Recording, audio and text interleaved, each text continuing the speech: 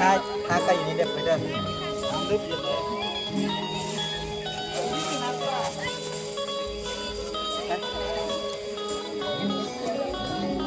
เรียบร้อยนะไปไหมน้อยบอกไปนะเรียบร้อยแล้วมาเลยฮะมาเฮ้ยน้อยเพื่อเอาโป้มาเอาพระอนุพงศ์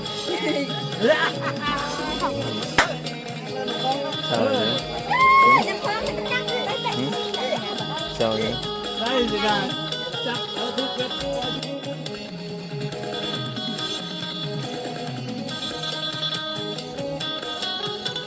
มันเดือดดินเป็นอย่างที่ตาดีตาสมควรนะก็ใส่สูททิพย์ตาทิพย์ใจหายว่าหันลงทุนเองวะหัน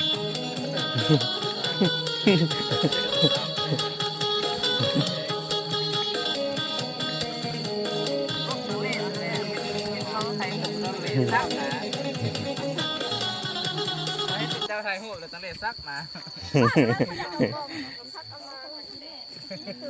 มาแต่ไกลมาส่งน้ำกับบ่อยังกินน้ำเฮาอีกยันเบื่อบ่เบื่อดอกบ่เบื่อไพ่เลยทำได้จะกินซะแล้วเบิ่งเลยแม่มื้อนั้นบ่เห็นเว้ยก็เห็นน่ะเอาไปถ้ามันอยู่ในโฟนอะไรก็เห็นน่ะ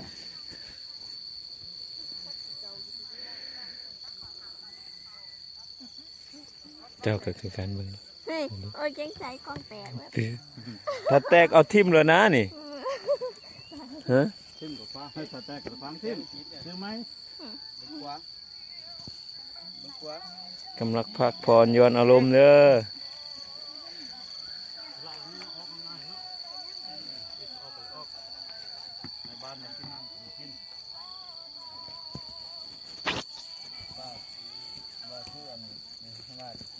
กำลังคิดฮอดยังนี่นั่งอยู่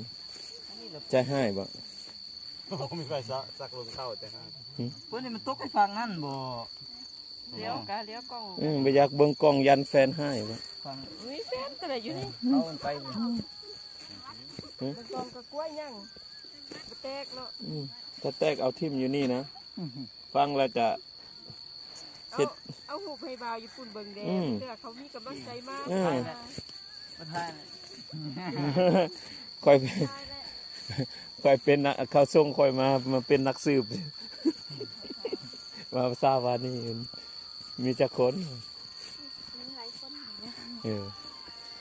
มีน้ำปุ๋ยมีตาทิพย์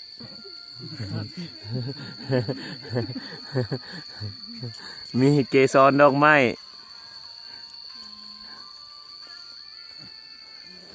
มีดาวมีเดือนนี่อยู่นี่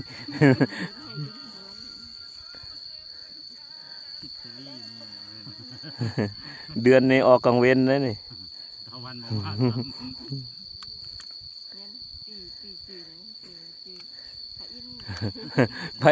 ไปอินเดินดินเนี่ยนั่งยันมืดห้องคนตกไปได้ใส่เข้าซ้ำในเมื่อบ้านเลยไม่ได้ไปยักใส่เข้ากับบอกไปเอาคนตกแห้งเลยไม่ได้ใส่เข้าในบ้านให้ทันที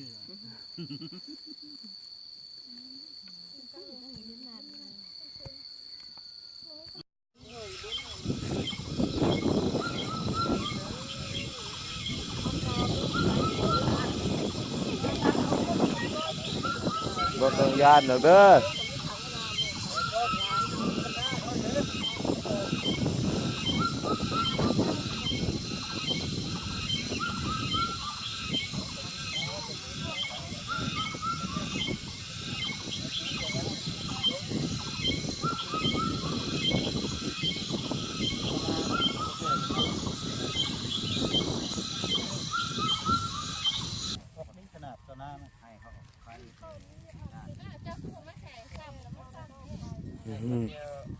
ถ่ายเอาก่อนคิดฮอดพวกเจ้ากับเบิ้งวิดีโอพวกเจ้ากับเบิ้งห้อยคอยใส่เข้านี้คุ้มในคอยนับเอาเม็ดได้ก่อย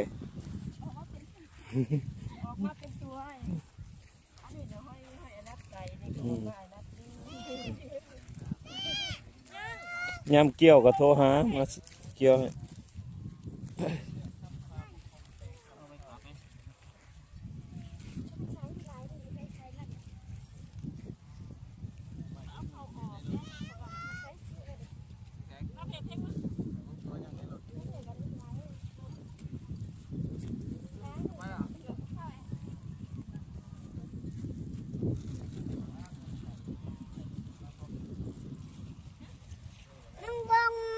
แม่งใส่มึงบ่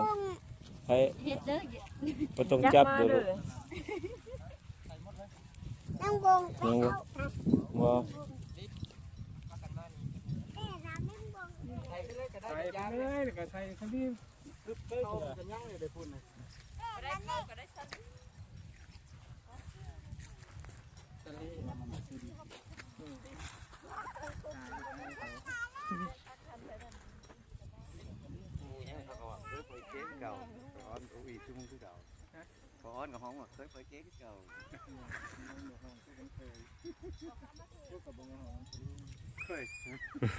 เรือประมาณนึงลงเอาเลย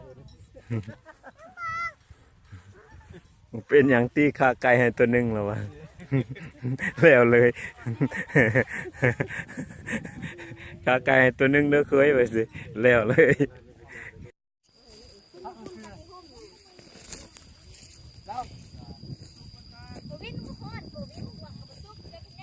โอ้พุ่นดัดพุ่นพุ่นนะหูบ่ มันดูคนมัน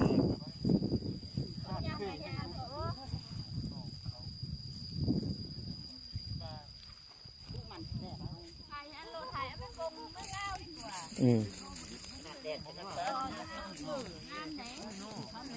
มานอนที่ไหนเลยจีเข้ากล้องกับตีนเข้ากล้องแต่แต่ไว้อย่าอายเข้ากล้องก็แต่ตัวยังไง แต่ก็ยอมให้มันเสีย เกิดเด้ง อืม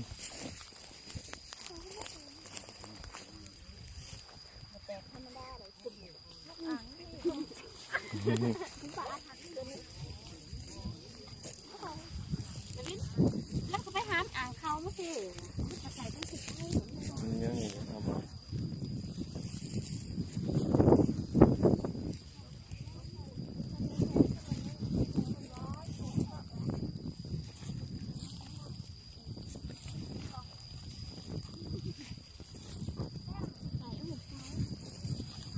ใช้สาวหืมมีเฮือนกับอยู่ถ้าแม่เฮือนกับอยู่เฮือนแบบเนาะมาพี่ก็เป็นสาวหมดแหละไม่ได้อยู่เฮือนเลย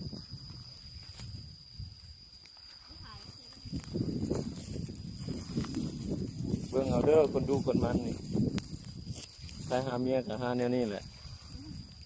จังได้กินข้าวกินน้ำของเขาถามว่าเอาเนี่ยนี่บ่ได้กินหยังเด้อ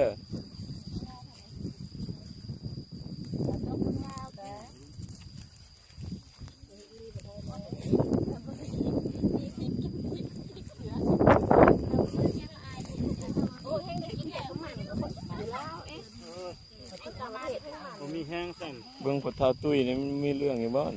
ป้าถ้าบ่มีเรื่องคนตุ้ยนี่บ่มีเรื่องไพ่แล้วเป็นเรื่องอยู่แล้ว ชื่อเรื่องพญาอินทร์เดินดินเรื่องนี้ สั่งฝนให้ออกฝนสั่งแดดให้ออกแดดแล้วเคยในบ้านบ่ให้ฝนตกเลยมื้อนี้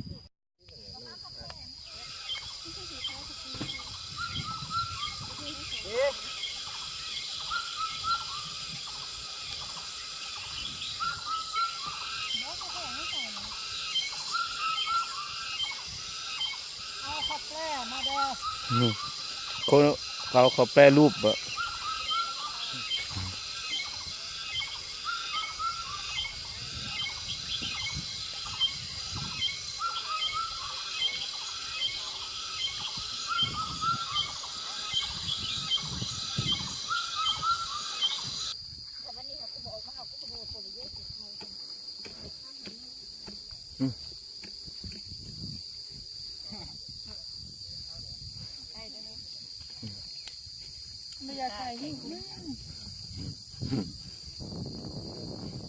ขึ้นข้าวลงห้วย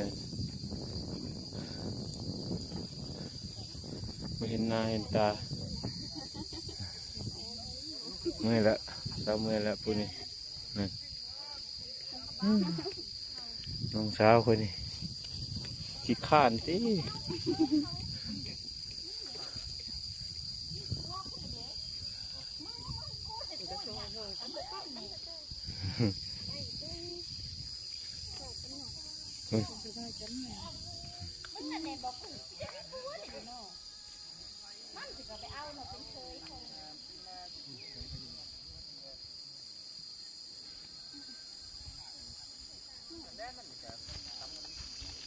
ใช่มันเป็นอะไรเด็ก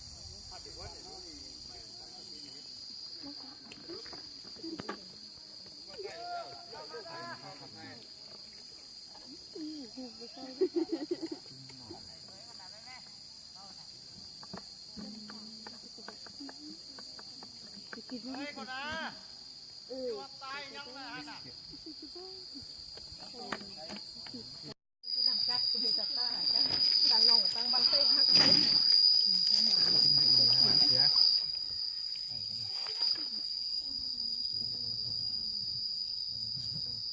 ออกงานเด้อนี่เด้อ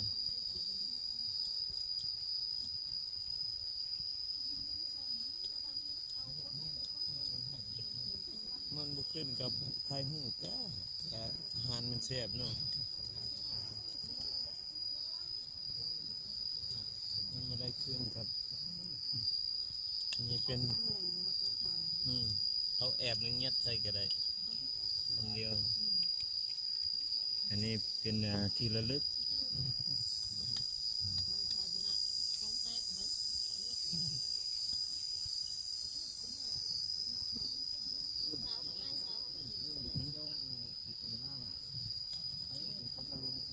ยานสาวก็อายผมเนี่ยเอาจังบุทินยานสาวกับบุทิน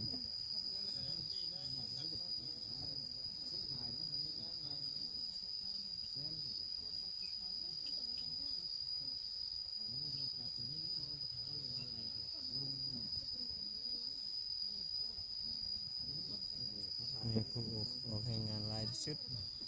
ใส่เครื่องกันอย่างไรย่างดีเบื้องหน้าเบื้องตานี่แหละ